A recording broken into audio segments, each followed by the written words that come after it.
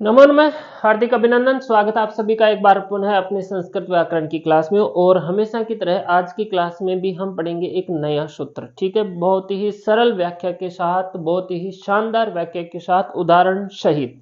ठीक है, तो आज की कक्षा का अपना सूत्र है सहे साढ़े सह। सहे साढ़े सह, तीन शब्द है इसके अंदर सूत्र में। पदच्छेद करने की यहाँ पे आवश्यकता नहीं है, ऑलरेडी यहाँ पे पहले से सहे साढ़े सह। इसके अंदर जो शब्द है यहाँ पे सह, सह एक धातु है। ये सूत्र कहता है कि सह धातु, अगर सह धातु होती है और सह धातु से बाद में सह से साढ़ बनने वाला हो इस तरह से।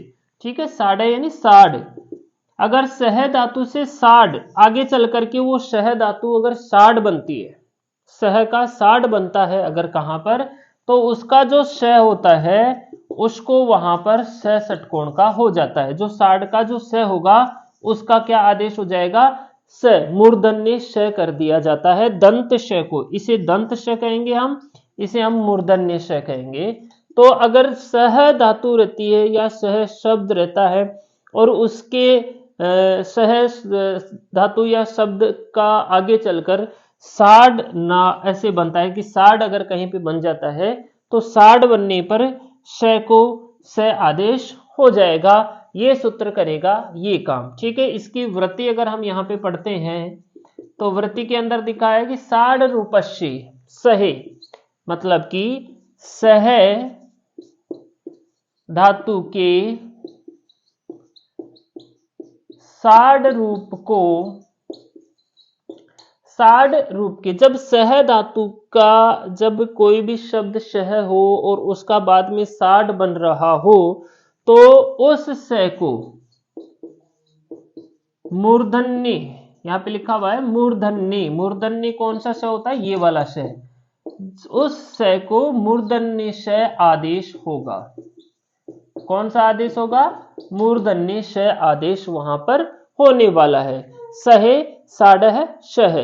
ठीक है, सह धातु से जब आगे चलकर साढ़ बनने वाला हो तो साढ़ का जो स होगा उसे वहां पर स आदेश कर दिया जाएगा और वो कुछ इस तरह से आगे चलकर बनेगा। ठीक है, ये तो अपना था सूत्र। अगर हम इसमें उदाहरण की बात करें, इस सूत्र के उदाहरण की बात करते हैं तो अपने पास इसका उदाहरण बनता है तुरा साठ और तुरा साठ। ये इस सूत्र का उदाहरण है, तुरा साठ तुरा साठ। ठीक है, तुरा साठ जो है वो प्रथमा के एक वचन में बनती है। कौन सी विभक्ति के कौन से वचन में बनेगी, प्रथमा के एक वचन में। और प्रथमा के एक वचन में कौन सा प्रत्यय होता है, यहाँ पर शु प्रत्यय होता है, जिसका हलंग आदि बव्यो दीर्घा श्रुति से प्रथम से लोप हो जाता है। जब हम इस सिद्धि का निर्माण करेंगे हैं तो यहां पर तुरा शाह शब्द रहता है। कौन सा शब्द रहेगा यहाँ पर, तुरा शाह शब्द है ना, शह वाला शाह यहाँ पे रहता है। तुरा शाह शब्दात, तुरा शाह शब्द रहेगा यहाँ पे। फिर हम कृत अद्वित समासास्य,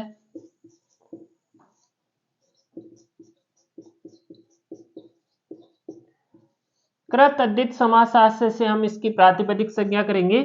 और यहाँ पे हम स्वजस मौट की सहायता से स्वजस मौट इत्यादि न सूत्रेण प्रथमा एक वचनी, प्रथमा विभक्ति के एक वचन में, प्रथमा एक वचने कौन सा प्रत्यय कर देंगे हम यहाँ पर, शु प्रत्यय। शु प्रत्यय का जब हम अनुबंध लोप करेंगे तो सु में से केवल स रहेगा, इसका हो जाएगा अनुबंध लोप। अनुबंध लोप होगा तो जो सु में जो उ है उसका उपदेशी अज अनुनासिक इत से लोप हो जाएगा, इत संज्ञा हो जाएगी और केवल क्या बचेगा, श बचेगा। तो हमारे पास स्थिति कुछ ऐसी हो जाएगी, तुरा शाह प्लस स, ये स्थिति हो जाएगी तुरा शाह प्लस स की हम अप्रिक्त एकाल प्रत्यय से अप्रिक्त संज्ञा करेंगे।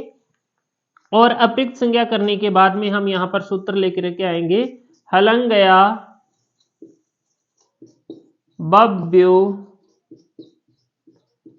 दीर्घात सुति से प्रथम हल। हलंगया बव्यो दीर्घात सुति से प्रथम हल इति सूत्रेण, इस सूत्र से क्या करता आया है ये सूत्र श का लोप करता हुआ। इति सूत्रेण श लोपे कृते, किसका लोप हुआ यहाँ पे? श का लोप हुआ। तो अब स्थिति वापस क्या बच गई?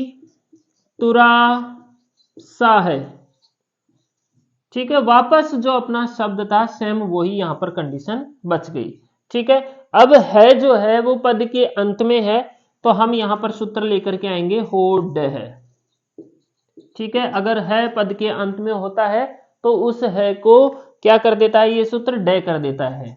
तो इति सूत्रेण है स्थाने ढ कृते, और अब यहां पर है के स्थान पे जब ढ हो जाएगा तो यहां पर कुछ स्थितियों से हो जाएगी तुरा साड। ठीक है, अभी ये वाली स्थिति नहीं हुई, साड नहीं हुआ है, तुरा साड हुआ है। ठीक है, अब यहां पर हम जलाम जसो अंते, ठीक है, जलाम जसो अंते एक सूत्र आता है, और उस सूत्र की सहायता से हम यहां पर इति सूत्रेण जसत्वे कृते, जसत्व के अंदर ड का क्या हो जाएगा? ड हो जाएगा। अब यहां पर अपने पास स्थिति कुछ ऐसी हो जाएगी, तुरा सा और ड, ये वाली स्थिति होगी तुरा साड। ठीक है, अब यहां पर अपन सूत्र लगाएंगे ये वाला सहे साढ़े से, सहे तीनों में विसर्ग आएगा, साढ़ है और श है। ठीक है, सहे साढ़े क्या करेगा? स के स्थान पर श आदेश, कौन सा आदेश हो जाएगा?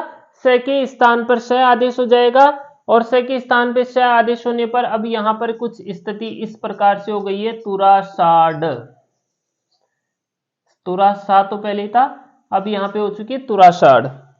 ठीक है, अब यहां पर हम वावसाने से विकल्प से चर्त्व करेंगे, वावसाने चर्त्वे करते, ये सूत्र क्या करता है? विकल्प से चर्त्व करेगा। जब विकल्प से चर्त्व करेगा तब तो सिद्धि बन जाएगी अपनी तुरा साड, और विकल्प से चर्त्व नहीं करेगा तो यहां पर सिद्धि बन जाएगी तुरा साड। ठीक है, ये दोनों सिद्धियां यहां पर बनकर ये प्रथमा के एक वचन में बनके तैयार हो जाएगी। कोई यहाँ पे विशेष सूत्र नहीं है, होड़े हम पहले भी पढ़े हुए हैं, हलंग्या बब्बे दीर्घात सूत्र हम पहले भी पढ़े हुए हैं। एक नया सूत्र जो यहाँ पे आया है वो आया है सहे साढ़े श। सहे साढ़े श के अंदर विशेष ध्यान रखना है, जैसे कि हमने इसको तुरा शाह शब्दों में लगाया, तुरा शाह शब्द जब होंगे तो ही ये काम करेगा। ठीक है, तुरा शाह, इस शाह का जब साड बनता है तो ही इस सूत्र को हम यहां पर लेकर आ सकते हैं। मतलब कि तुरा शाह से तुरा साड कब बनेगा? जब होडे सूत्र करेगा कार्य, और होडे सूत्र काम करता है पद के अंत में। अब जैसे कि मान लो हमने प्रथमा के एक वचन में तो लगा दिया, अब हम इसको तुरा शाह शब्द है, इसको हम अगर प्रथमा के और द्वितीया के द्विवचन में लगाना चाहेंगे ना, तो यहां पर ये सूत्र काम नहीं कर पाएगा, क्योंकि यहां पर है जो है पद के अंत में नहीं रहता है, सीधा सा ये मिलेंगे यहां पे, और यहां पर सिद्धि बन जाएगी तुरा शाहू। ठीक है, तो ये था अपना सूत्र सहे साढ़े सह के साथ तुरा साठ और तुरा साठ सिद्धि। धन्यवाद।